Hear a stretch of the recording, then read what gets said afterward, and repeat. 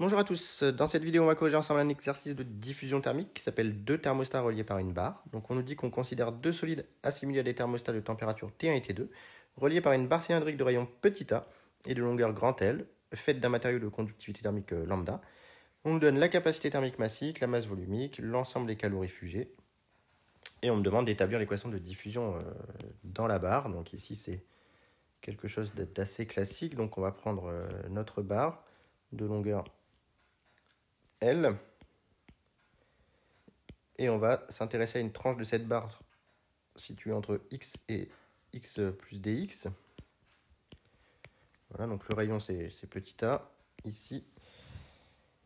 Et donc on s'intéresse à une tranche du système entre x et x plus dx, qui est un volume suffisamment petit pour lui appliquer un premier principe infinitésimal ici. Donc voilà mon système. Donc il est calorifugé comme c'est expliqué dans l'énoncé. Donc on va uniquement avoir de la conduction qui va permettre d'avoir une variation de température dans la barre. Donc on va avoir ici, on a le premier principe qui s'écrit que du plus de macro égale delta W plus delta Q.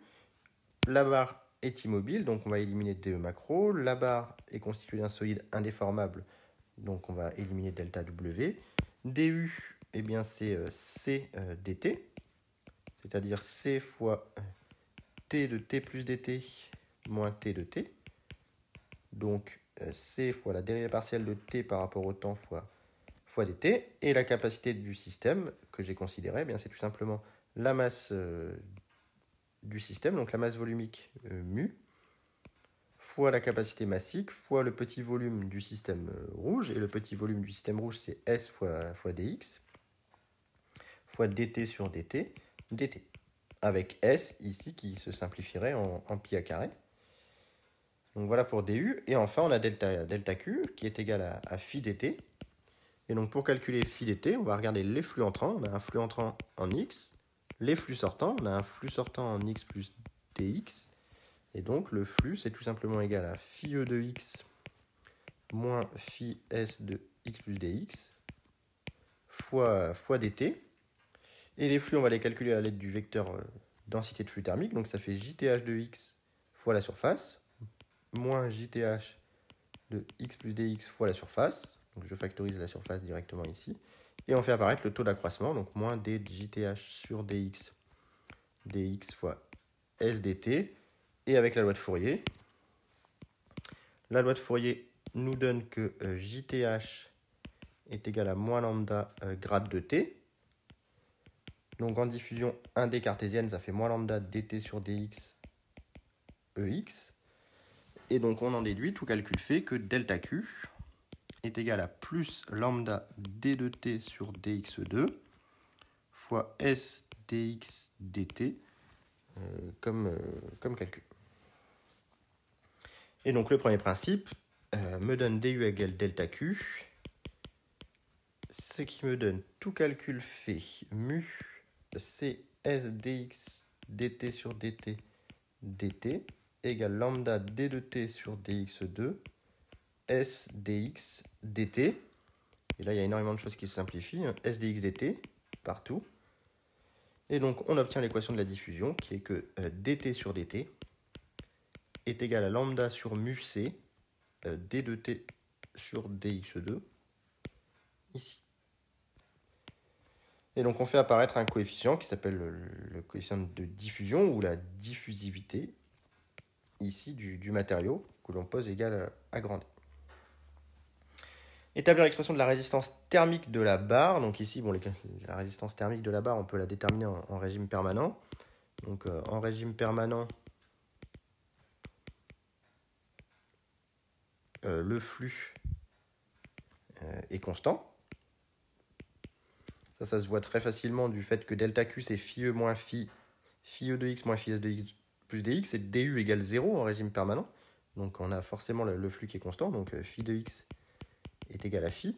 Or, phi, c'est égal à jth fois s. Donc, à l'abscisse x,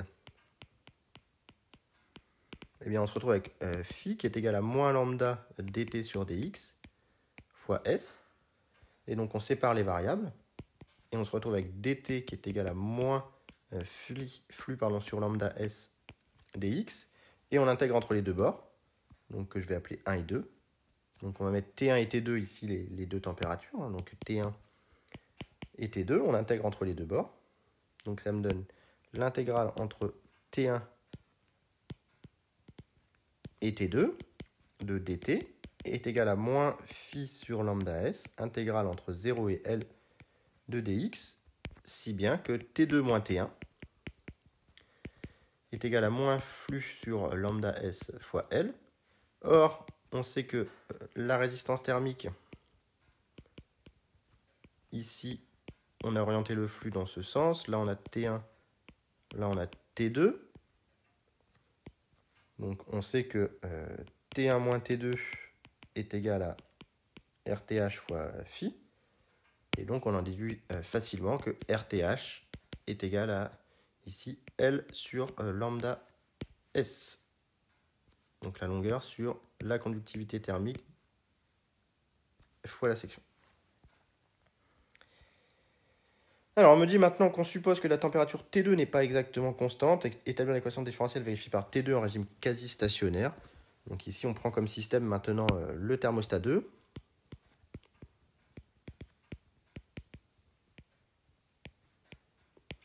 Et on lui applique un premier principe entre T et T plus dt.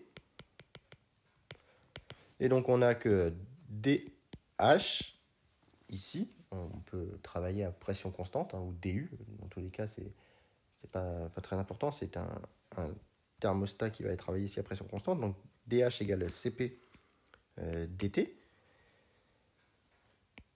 Et dH est égal à delta Q, d'après le premier principe.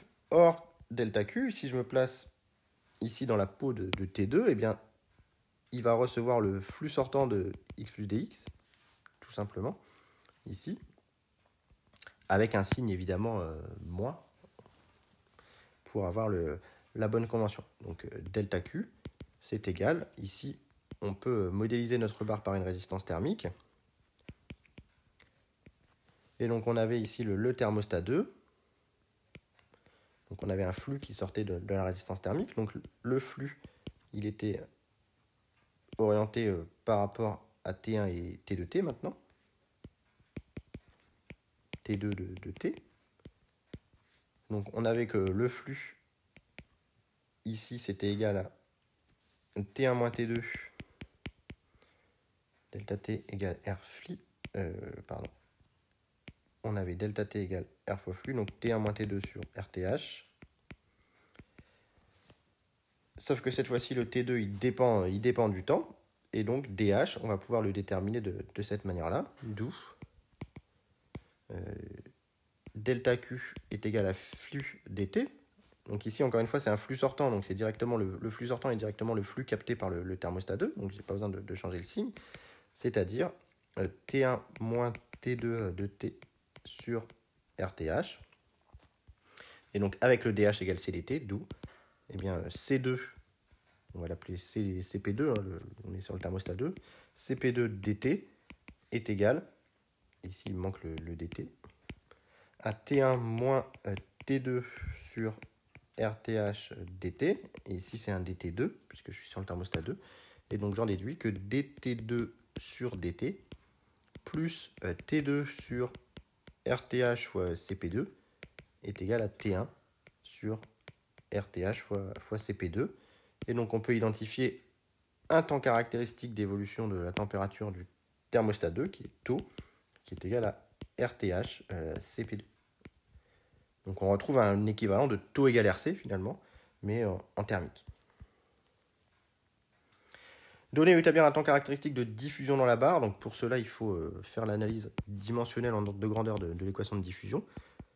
Donc on a obtenu comme équation de diffusion dt sur dt égale d de t sur dx2.